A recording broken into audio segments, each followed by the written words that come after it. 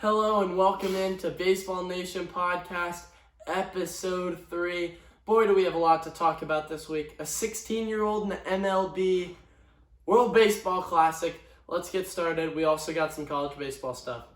Let's start off with a 16-year-old in the MLB. Ethan Salas makes his debut in spring training. He's awesome. His teammate Nelson Cruz is older, has been in the league longer than he's been alive. It's crazy. He signed. You rarely get to see this. A lot of guys sign when they're 16, 17. He was a young 16-year-old when he signed, so he's still 16, same age as us, and we're not even close to being draft eligible. Next up, we got a Vandy no-hitter versus Minnesota in the Vikings NFL Stadium. Super fun to watch. It's cool to be playing games there. It's a little bit of an odd environment, if you ask me, for a baseball game playing on a football field.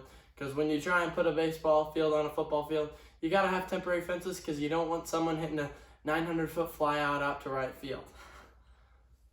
Next up, Phillies spring training. Yep, this is what would have happened if they played in the Vikings Stadium and inside the park home run. Yep, just a can of corn that hit off the wall. Left fielder got crushed by the wall. Pretty fun to see, though. Yeah, crazy. Unfortunate for the Phillies, but it's spring training. You can't say too much. Definitely, spring training doesn't matter. The Braves are 5-7. The Tigers are 9-7. Tigers wallop the Braves 16-7. Still a Braves fan, but go Tigers. Next up, we got the Shohei on one knee, 420-foot bomb. Wow. He's a different breed. He is a different breed. Shohei is also throwing. Let's just talk about that Japan team. Japan is gross. The pitching on that team is crazy. Shohei, Roki Sasaki, who's apparently hit 105 miles an hour, and they've got their vet, Yu Darvish. That's a really good team. They've also got another guy on that team who pops 101 with ease. Japan is unfair. They're 4-0. They're headed to the World Baseball Classic semifinals. Pretty good for Japan. I'm happy to see that. Excited to watch them play in the quarterfinals on March 15th. Let's stick in the World Baseball Classic realm for a little bit, as we saw one of the loudest crowd moments yesterday in the Venezuela game. Absolutely electric. That single with the bases loaded was super fun to watch. Yeah, the World Baseball Classic is electric. There's nothing else you can say about it. It's absolutely crazy what you see happen in the World Baseball Classic. Everyone's playing for their country. They turn up for their country. I haven't seen Javi Baez hit like that in forever. He's been playing horrible throughout spring training. He hits a base knock. He makes one of the best defensive plays maybe of the World Baseball Classic, and it was only in his first game. We're going to talk about Pool A now. They went 2-2, every single team.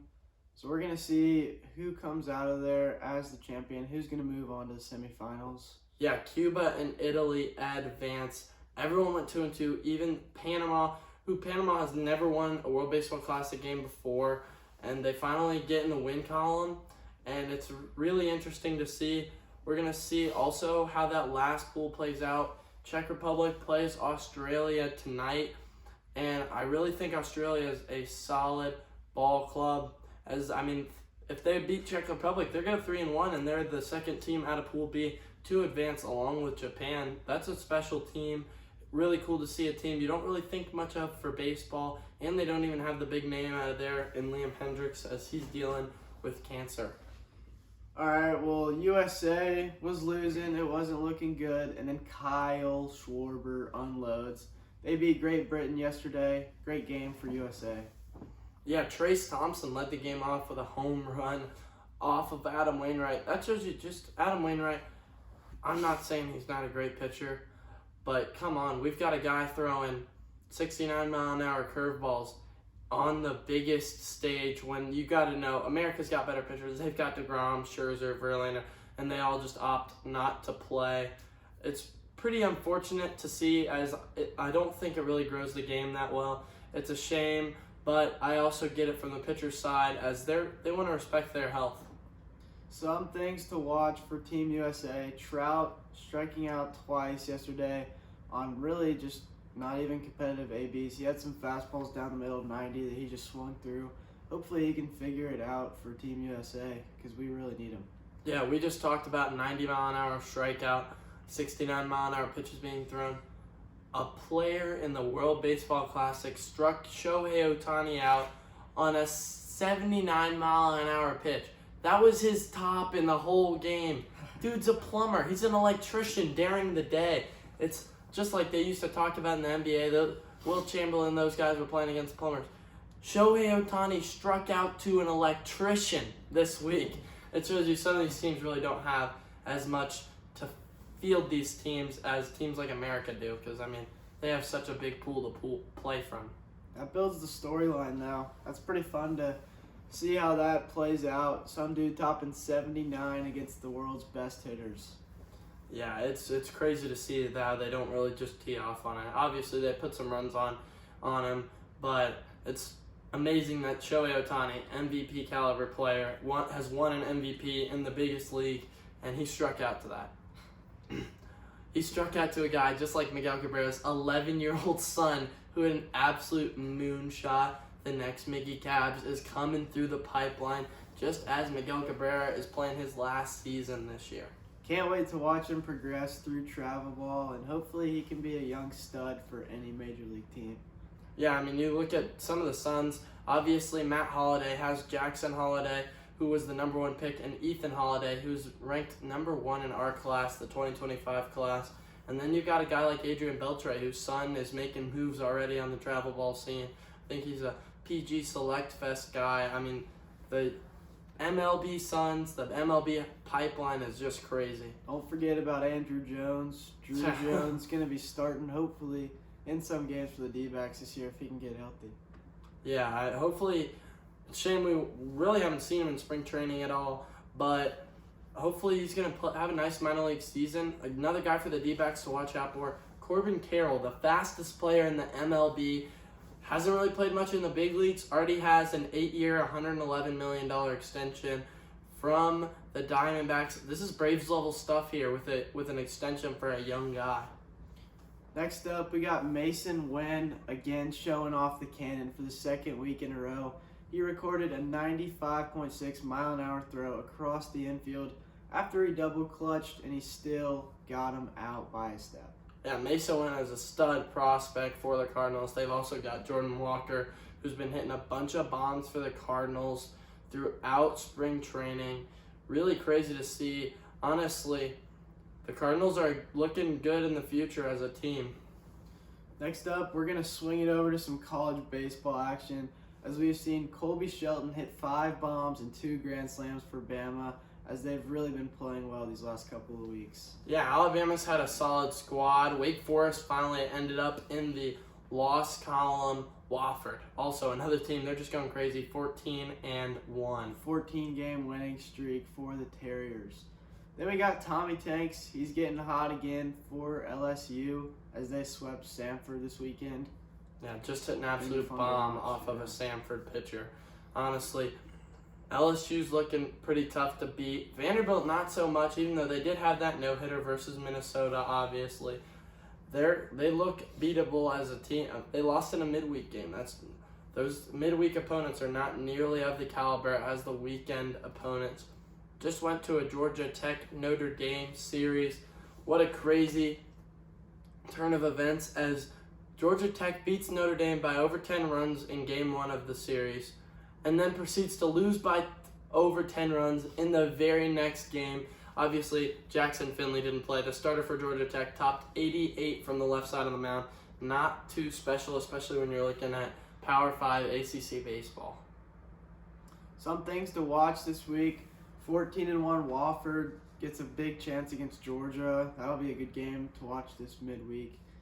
But let's go ahead and head over to some more World Baseball Classic. As last night, as we said earlier, Kyle Schwarber hits a bomb. But another crazy stat, he's hit a home run in every big game you can think of. AL Wildcard, NL Wildcard, NLDS, ALDS, NLCS, ALCS, and the World Series and World Baseball Classic.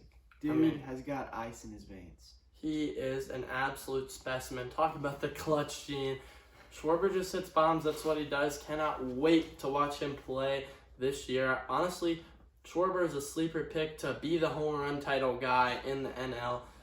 I feel like Schwarber's kind of popped off, especially since he went to the Phillies, because everyone looked at him as a stud with the Cubs, but then he kind of fizzled out a little bit. Still a big leaguer, but he's kind of made a resurgence, and he's done it in a big way.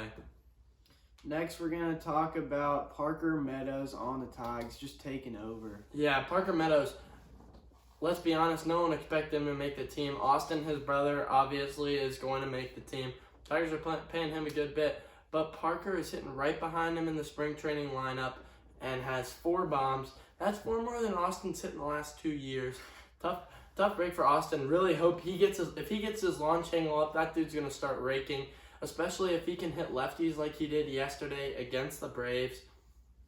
But Parker had 2 home runs yesterday, and he is now tied for the spring training league among the names like Jared Kelenic and Jason Dominguez. Don't sleep on Jason Dominguez. He's hitting a bunch of home runs in spring training. He might start at a pretty high-level affiliated ball next year.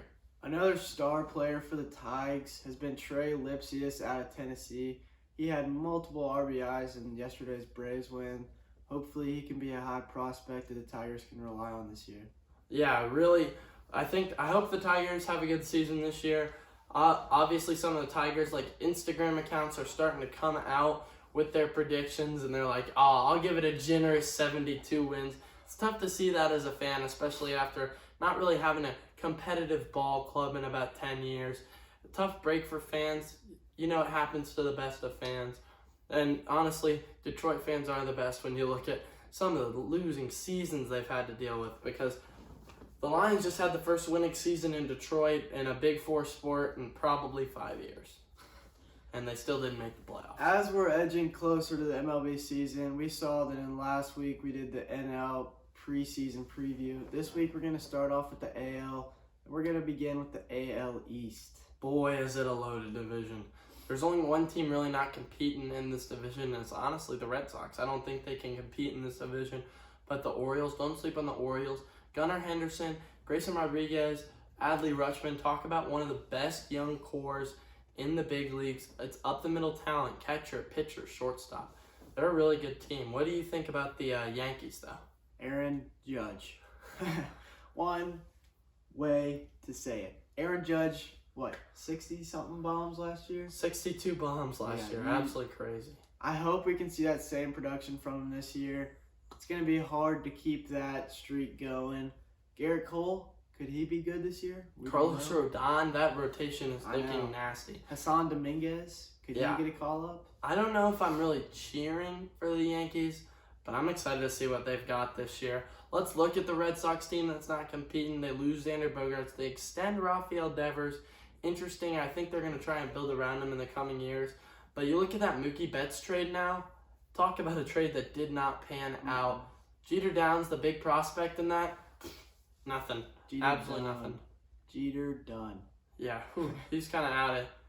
He's not. I'm not saying he's a bad player at all, but honestly, he's not really performed up to the expectations, especially when you're looking at a guy like Mookie Betts, and Verdugo's been okay. He's playing for Mexico in the World Baseball Classic. There's a couple other teams in this division, though. The Rays, the team that just gets it done. And Glasnow's hurt for them to start off the year. Not a good look. What do you think about the Rays?